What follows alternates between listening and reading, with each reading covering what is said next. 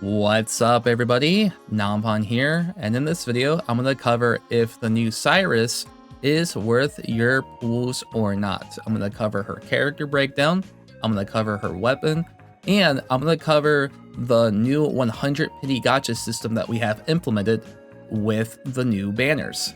Now, let me go ahead and cover this first, because this one's pretty straight to the point, because I know a lot of people have questions about it. Let me just gloss over this really quick. The 50% banner is what we're used to. This is not different. You have a pity at 80, and soft pity starts around 70. Usually people get their character around 70, and there's a 50% chance that you'll get the on-banner character. And in typical gacha fashion, if you lose your 50-50, the next one will be guaranteed. There's so many gacha games that's doing this right now. I think the 50-50 staple is here to stay. Same thing with weapons. Pity is at 60, and then soft pity starts around 50 or so. Usually people pull their weapon around that. Same exact thing. If you lose your 50-50, the next one is guaranteed. Now, the new one we have is the 100% banner. There is no 50-50 here, although there are a couple catches. So you have two types of pity here. You have the pity right here that goes up to 100 this time. And I'm pretty sure soft pity starts around 85. I think around 85 is when it starts on this one.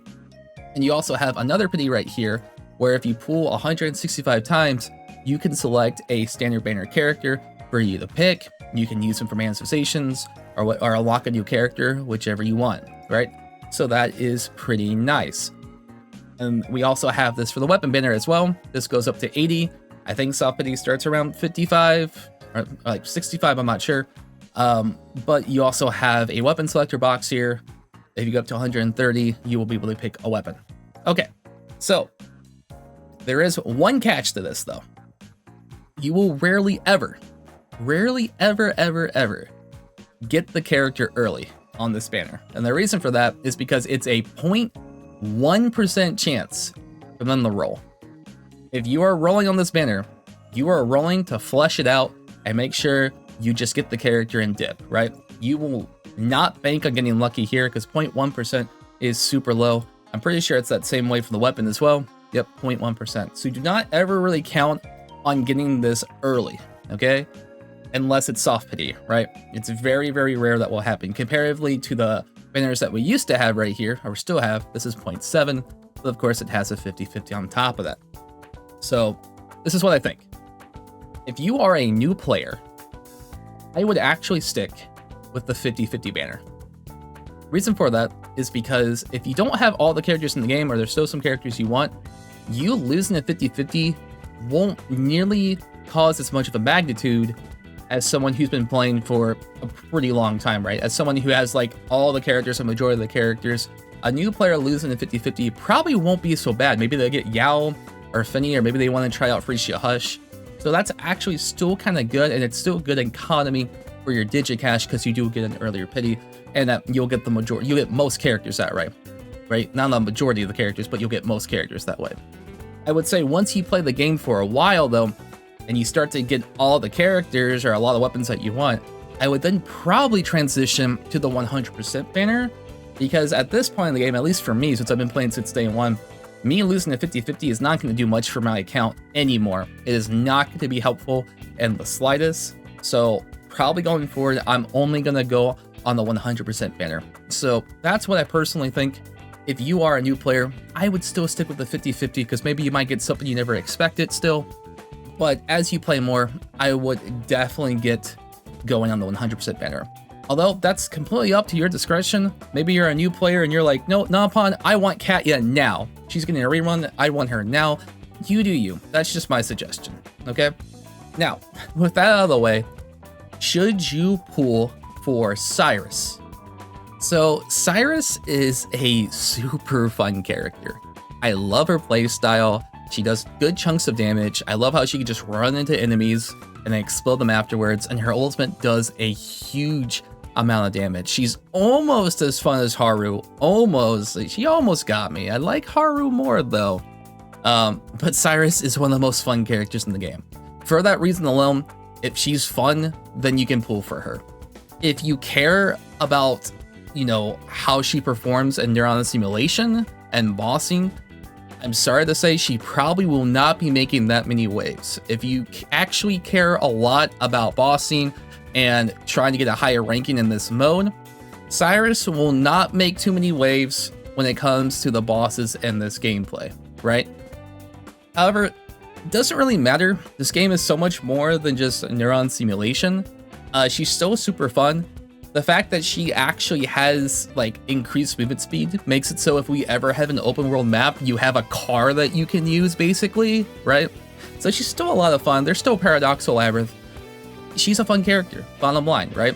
However, she will not make many waves when it comes to the meta, but at the end of the day, this game cares about so many more things than just meta, trust me. I don't think many people play this game for meta. At this, you know, it's really up to you. It's really up to you. She won't make a dent in that mode. However, she's still super fun. You know, if it doesn't really apply to you, who cares? Pull the character, right? You will have a lot of fun with her. Obviously, the more you invest in her, the better she can do. I do actually think, I've seen some clips of her doing insane damage, but you have to fully invest in her. I mean, like, pull max copies of her, so her ultimate does more damage. Like, you have to be a mega whale to actually make her perform well in the mode, if you even care that much about it, right? At the end of the day, even though she's not going to make too much of a dent in that game mode, she's still going to make a lot of people happy. I think a lot of people will be satisfied with this character. If you pull her, I'm happy with her. I probably won't use her for bossing that much, but I'm still really happy with her. Now, should you go for her weapon? Well, her weapon increases HP. If you guys don't know, she actually scales off HP better than attack, which is one of the first characters ever that's like this. It's kind of crazy. It's a thermal shotgun, and it will increase attack and HP by 50%. I'll cover the stacking stuff when I make a guide for her. But pretty much, if you're going to go for logistics, you definitely want HP. Attack percent's good too. So is alignment index. Not attack, I'm sorry. HP is definitely the best. So, should you invest in this weapon? I say this time and time again. Money equals DPS. This shotgun is pretty strong comparatively to the event weapon. I'm not actually sure how much stronger right now. Usually it's about like 20 to 30% stronger than a tier 5 event weapon. So it's up to you. You can get it if you want to. At the end of the day, I believe anyone who's probably pulling this character is mostly pulling her because she's fun to play. She's really cute, and a lot of people just enjoy her playstyle, right? If you want her playstyle to do more damage, then pull the weapon, sure. If you want to save your Digicash for the anniversary that's coming out on July 20th, that's the day Snowbreak released, then I can't blame you for it, right? Because there are a lot of events coming up, I'm sure, right? CSUN has made huge waves in the mobile gaming market, and I think they have a lot in store for us for the anniversary event. On top of that, Katya is getting a rerun soon. Katya is a character that does pretty well in Neuron Simulation, and she's also fun to play. Maybe you're saving your gems for her. There's a lot of reasons to pull these characters, and there's a lot of reasons to skip her too. At the end of the day, do what you want. I personally think she's a lot of fun. I'm glad I pulled her, even though she won't really change much in Neuron Simulation, but who really cares? Who cares, right? Also, if you didn't know, one more thing, you can, if you're wondering why my Siris over here is purple, if you didn't know, you have a free outfit here, by the way, guys.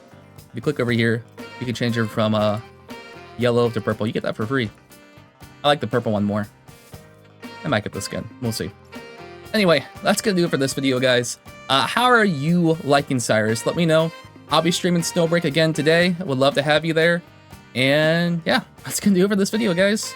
See you next time. Take care.